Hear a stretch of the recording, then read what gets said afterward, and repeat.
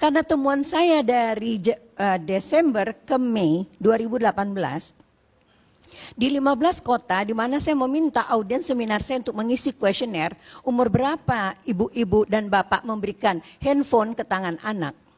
Itu rata-rata usia 2-6 tahun. Persentase paling besar. Kenapa? Biar anteng. Nio sambil kita ngaca sama informasi ini. Biar anteng. Kemudian untuk apa lagi? Untuk supaya dia bisa belajar, lihat galeri dan main games. Pertengahan tahun lalu, WHO telah mengeluarkan statement bahwa kecanduan games gangguan mental. Tidak ada games yang tidak mengandung pornografi walaupun untuk anak-anak. Tidak bisa saya sebutkan di sini. Tapi kita tahu semua.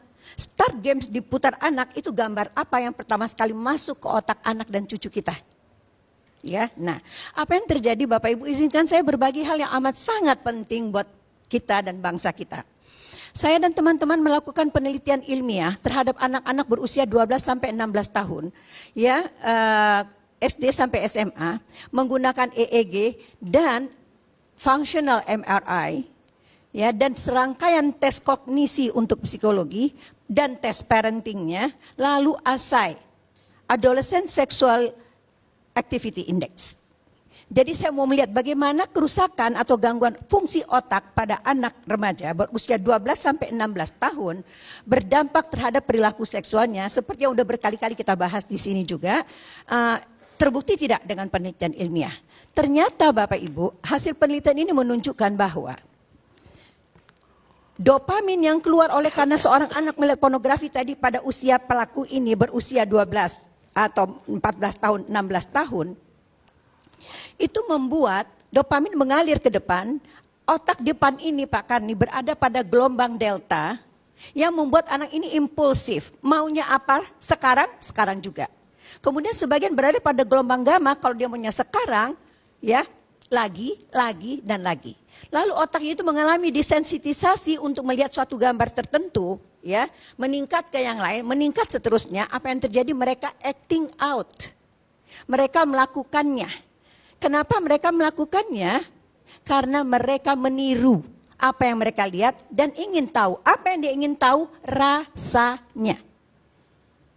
Jadi hasil penelitian saya ini menunjukkan bahwa gelombang-gelombang yang berbeda di bagian depan otak ini Pak Karni dan Bapak Ibu yang saya hormati, sama juga Bapak Ibu nyetir, lihat bencana di depan, mau tekan rem, mobil tetap jalan, tekan rem, mobil tetap jalan. Rem kontrol diri anak-anak kita itu bolong. Lalu yang berikutnya adalah fungsi memori, daya ingat, ya. Tadi kontrol diri dan penyusutan Pak Karni pada otak depan 4,4%. Mau bagaimana bangsa ini? 4,4% menyusut otak depan yang membedakan kita dengan binatang. Maka bukan hanya kasus Aris ini, tapi semua kasus pelecehan seksual dan kekerasan seksual itu harus dipulangkan kemari. Di mana kontrolnya dan kendalinya? Satu, kita berhentilah memberikan handphone kepada anak pada usia dini. Ya, dari segi parentingnya ternyata diperlukan ayah adalah kontrol utama di dalam keluarga. Jadi pulanglah ayah ke rumah ya. Anak ayah manusia dan anak ayah itu anak ayah bukan pekerjaan ayah ya. Pulanglah ibu ke rumah bu, bahwa kehangatan saja di rumah itu tidak bermakna kecuali dengan kontrol. Jadi semua kita mengajar, saya yang salah, angkatan saya yang salah. Saya tidak menyiapkan anak-anak saya generasi milenials ini untuk bisa menjadi orang tua. Saya dulu berharapan mereka ini menjadi saintis, ilmuwan ya, pedagang dan sebagainya, sarjana. Saya tidak mempersiapkan anak-anak saya generasi milenials yang sekarang menjadi orang tua super milenials untuk menjadi menantu orang. Saya, angkatan saya dan di bawah saya lupa menyiapkan anak-anak kami untuk menjadi istri dan suami orang. Dan saya dan angkatan di bawah saya lupa menyiapkan anak-anak kami untuk menjadi ibu dan bapaknya orang. Tiba-tiba dunia internet begini rupa, gadget begini rupa, kita kalang kabut, Ya, kita berikan tadi tanda sayang kepada anak-anak dan cucu-cucu kami nih, ya. Gadget pada usia sangat dini dengan konsekuensi penyusutan otak depan 4,4%. Temuan lainnya yang paling penting adalah bahwa ternyata gangguan otak lainnya itu yang terjadi sama dengan narkoba. Narkoba ada badannya. Pornografi, rumah wifi, handphone di tangan, handphone canggih, pulsanya dibayarkan. Games tersedia, penyusutan otak depan 4,4%.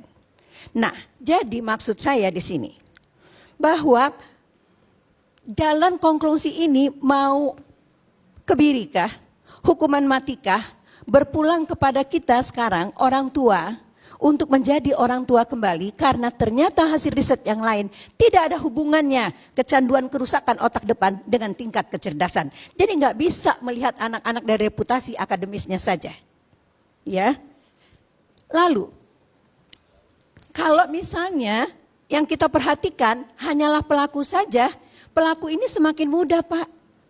Mereka udah bukan pelaku, mereka produsen video porno oleh anak-anak SD. Hubungan sejenis luar biasa, belasan ribu, panik Jawa Timur.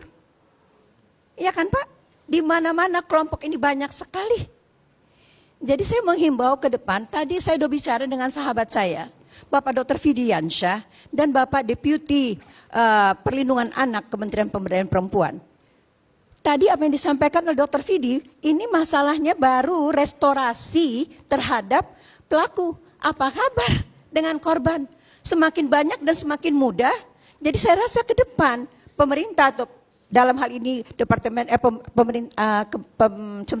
Pemberdayaan Perempuan harus punya badan-badan restorasi di seluruh daerah, BKKBN semua, kita semua harus bergerak.